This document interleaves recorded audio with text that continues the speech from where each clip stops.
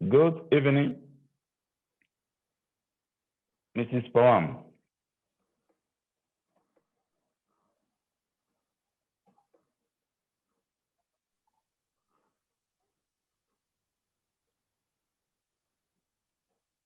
Hello? Yes, good evening, Mr. Pwamang. Welcome. Thank you. Good evening.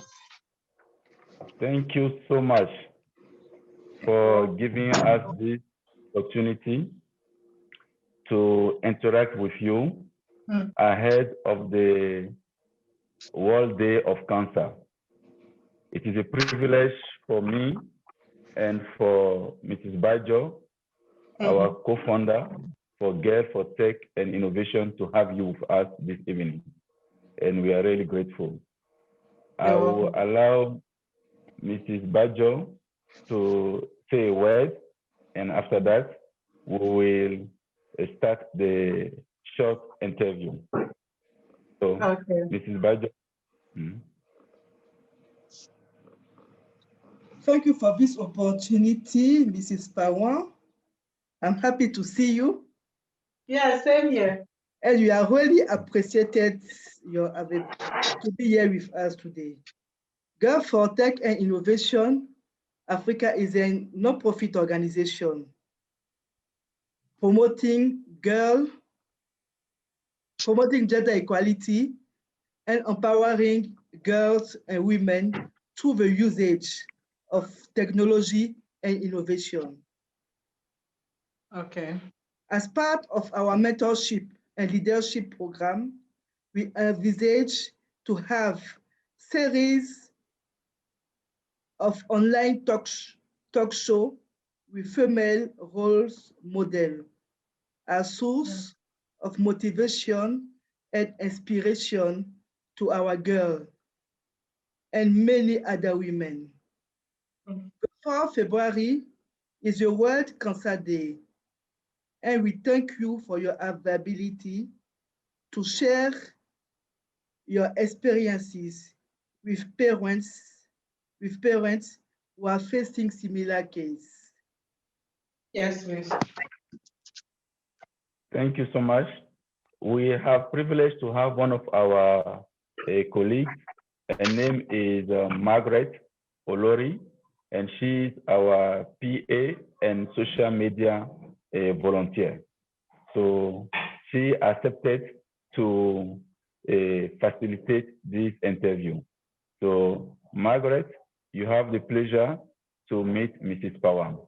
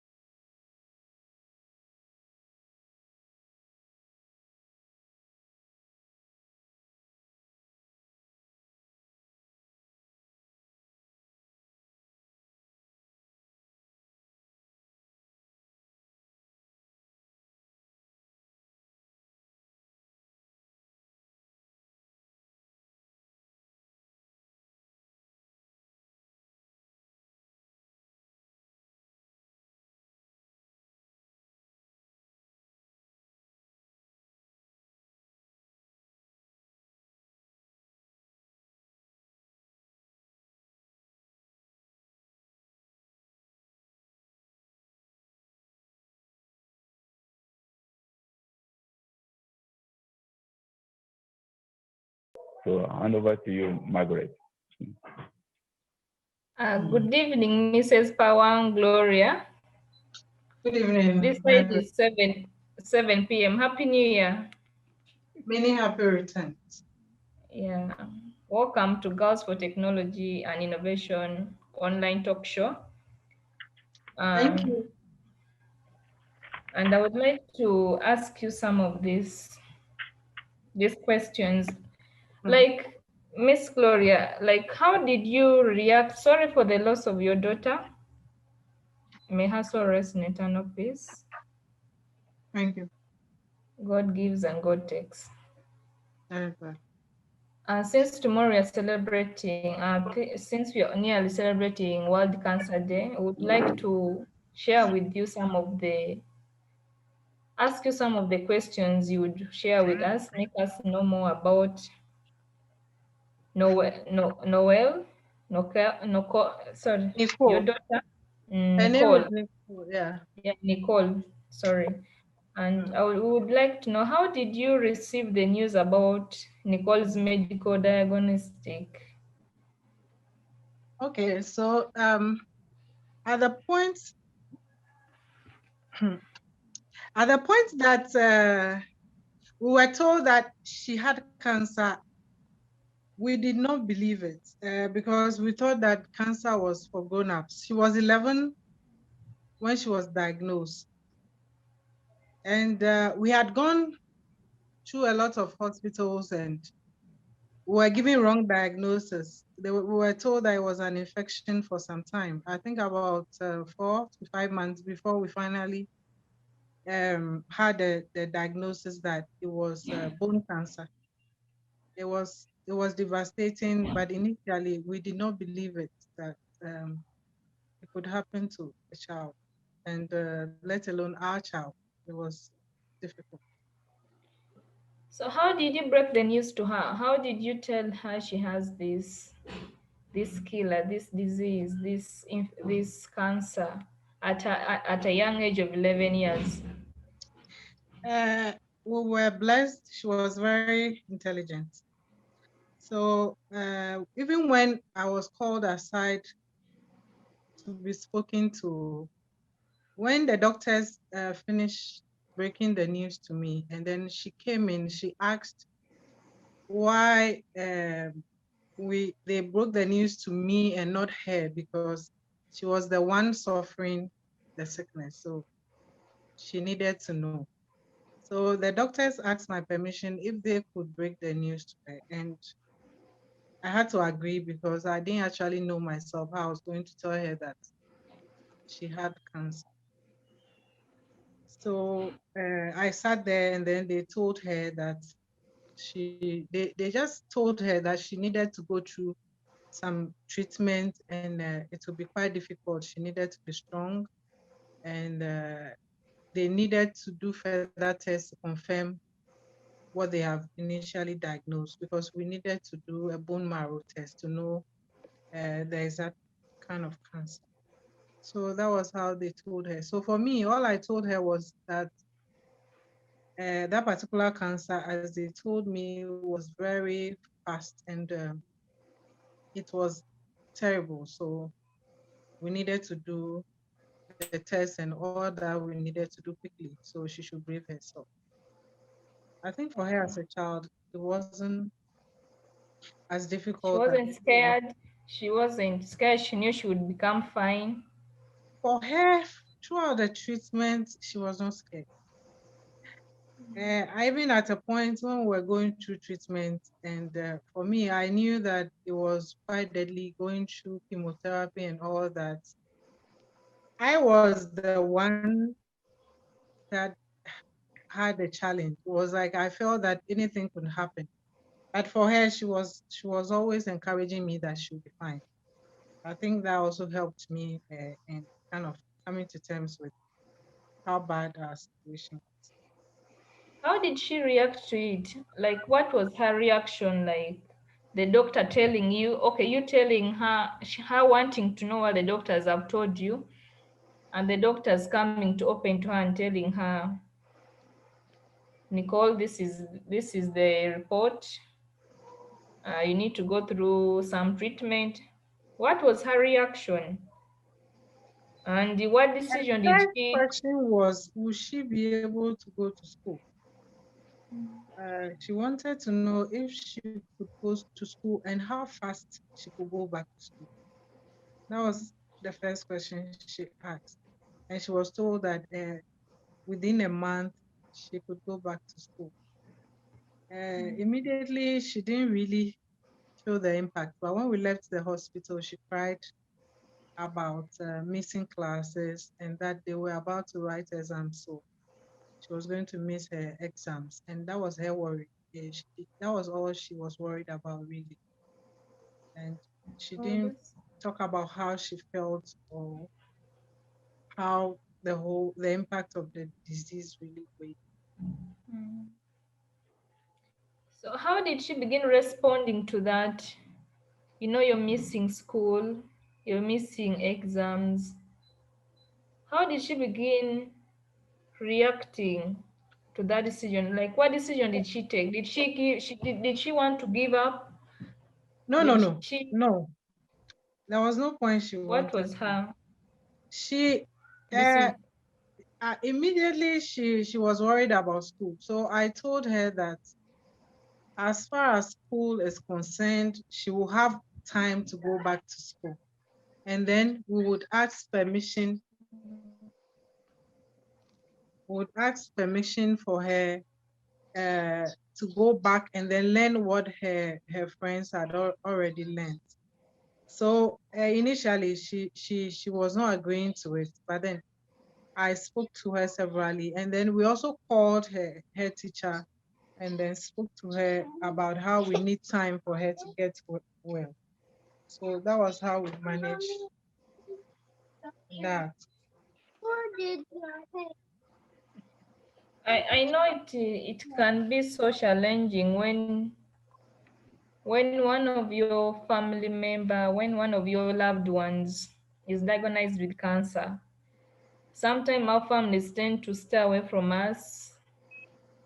How has been the family support throughout this time, from the time of Um, diagnosing her in 2014 up to Nicole Foundation, Child Cancer Foundation? How has the family been there for you? so from the beginning, it was very difficult. From the beginning, it was very difficult for us. Sorry about that. From the beginning, it was very difficult for us. In terms of funding, cancer is very costly. Cancer is very, very costly. So that was our initial problem. And because of that, we needed to call on family immediately. And they said that it was osteosarcoma. And osteosarcoma is cancer of the bone, and it's one of the deadliest of cancers. So if we waited for long, we may not be able to go through the treatment, meaning that she could die. So we needed to raise funds. I think the initial amount was $30,000. We needed to raise that fund within a week because they even told us they are not sure of the next day, and the growth was very fast. So how did we go about it? It was family.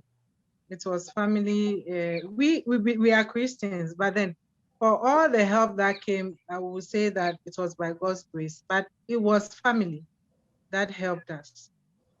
From the time we traveled to how long we had to be there. Initially, they said 3 months. We ended up having to stay in India for 8 months.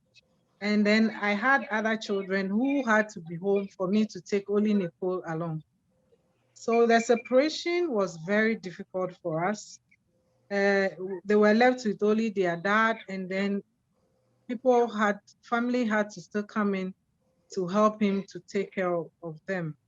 So it was, frankly, it was a very huge challenge. That is the main reason why we have decided to continue with Nicole's Foundation.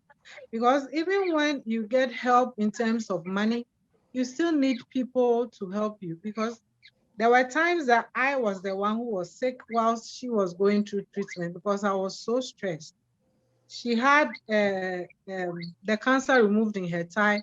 She couldn't walk, and I was the only person carrying her because I was the only family that she had in India.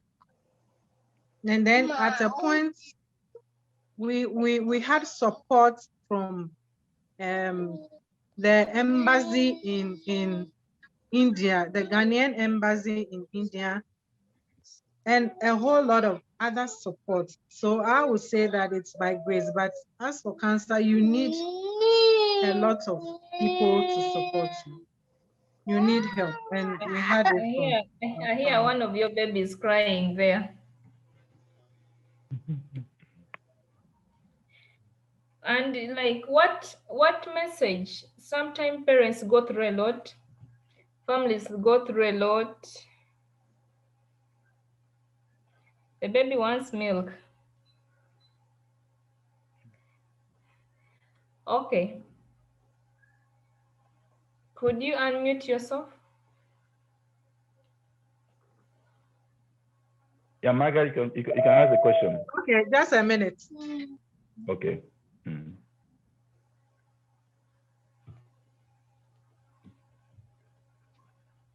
Support that we needed when we were going through treatment.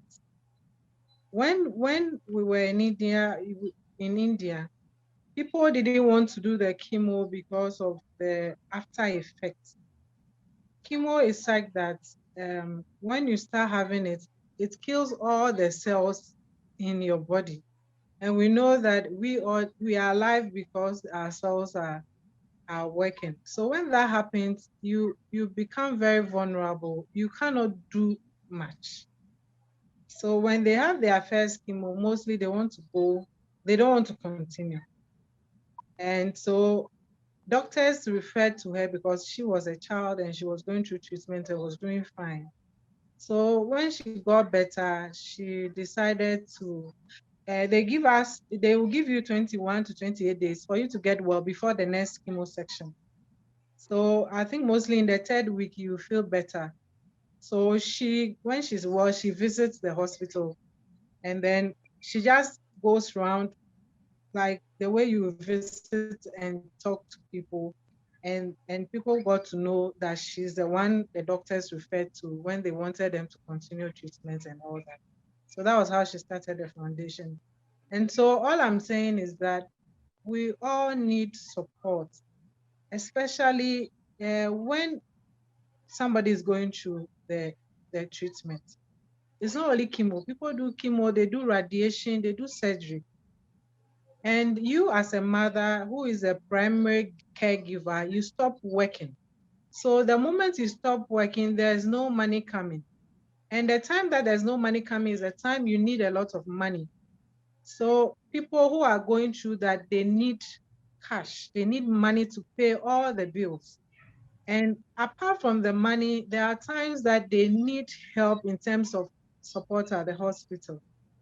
At times, people call because they don't know what to do when their family is going through the kind of thing we went through. So at times, it could be food that you sent. It could be you helping the other people, like the way I left and then I left others. It could be you helping the person in that way. It could be words of encouragement, but most importantly, for them to be able to pay the bills, they need money. I see a lot on social media, people looking for funding. A lot of people die because they cannot afford the treatment, one. And then secondly, they don't get the money on time to go through the treatment. So in any way we all can help, we need to help our families, especially when it comes to funding. There's nothing like we are waiting for others to do it. The little we give is all that they will need. And with the person who is going through it, all I can say is that it's very challenging. But I will speak from the perspective of a Christian, that you should keep believing God. He knows best, and He will not give you what you cannot take. He will not give you what you cannot take. He will give you the strength to be able to go through. It's unfortunate that we lost Nicole. She got better and she went back to school. And a lot of the other children, her foundation has, they got better and they are still okay. Like they are in school, back in school, or back to what they were up to, mostly in school.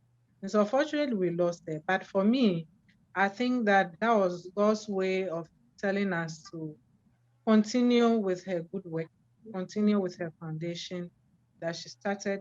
And all we do is that we create awareness about the cancer. Like we didn't know about childhood cancer. So we tell people that there is cancer for children. So if your child has cancer, you don't go to the fetish priest. You don't go to church. It's not that we don't believe in God, but God gave wisdom for us to go through treatment. So there is childhood cancer. Allow your child to be treated. And we also help by paying the bills of those who cannot afford. So at times they need to do x-ray, they need to do surgery, they cannot afford, we give support. We also visit the hospitals. We visit Kolebu and then Konfanoche and then Ridge Hospital. They are the hospitals that currently treat children with cancer. There are 3 of them. We have heard of Cape Coast, but we've not gone there yet. They just opened recently and we were told. So we do that in Ghana here. We visit, we get to know what they need, and then we try and provide. We also provide a library because some of them, they treat their cancer for like 6 months. Like in our case, more than a year, we were in hospital. So if you're in hospital, it means there's no school for you, there's no play for you. So we try as much as possible to create space for playing and learning. So we have library in Kolebu that we put up. We also have the playroom for them, library and playroom in Konfanoche, and then library and playroom in Kolebu, just all to support the children. Because when you go abroad, they have those things. They have a whole facility for childhood cancers. So the children are able to play, they're able to do all sorts of things. And that helps in them getting better. So that is what Nicole started, and that's what we are still doing. So whatever you are going through, I want you to know that tomorrow will be better. Tomorrow will definitely be better. And if they have just begun the chemo, it's a very terrible experience. But as time goes on, the body gets used to it. That is when you recover. And we also pray that God will intervene in their situations and grant healing to all those children or anybody that is battling cancer. Thank you so much, Mrs. Gloria, and we appreciate for your time with Girls for Tech and Innovation Africa. May you continue the legacy of Nicole. So many people need this hope. So many people are dying. And by not even funding them, just encouraging them, as you said, the support, the family support. May people continue, and may God be with you and the family. Thank you. I take you back to Kami. I'm done with Gloria. Could you please take over? And have a good night. Thank you. Thank you. Thank you, Margaret. And thank you once again, Mrs. Pwamang, for really giving us this chance. As you see, we are having a young team and we're trying to really impact many young girls in Africa and also empowering and supporting women. So thank you so much. And we are very glad. And your message will go along. We'll try to transcribe it in text and also share the video in our platform. We'll send you also the link and also make on our Facebook the link to the foundation for people to go through and to know more about what the foundation is doing and also to support the cause of Nicole. Thank you so much. You're welcome. You also continue to do the good work. And I also appreciate the fact that you are doing all that to empower the girl. And I also believe in empowering the girl child because they can excel with all that. So I want to take the opportunity to congratulate you on that and keep doing your best.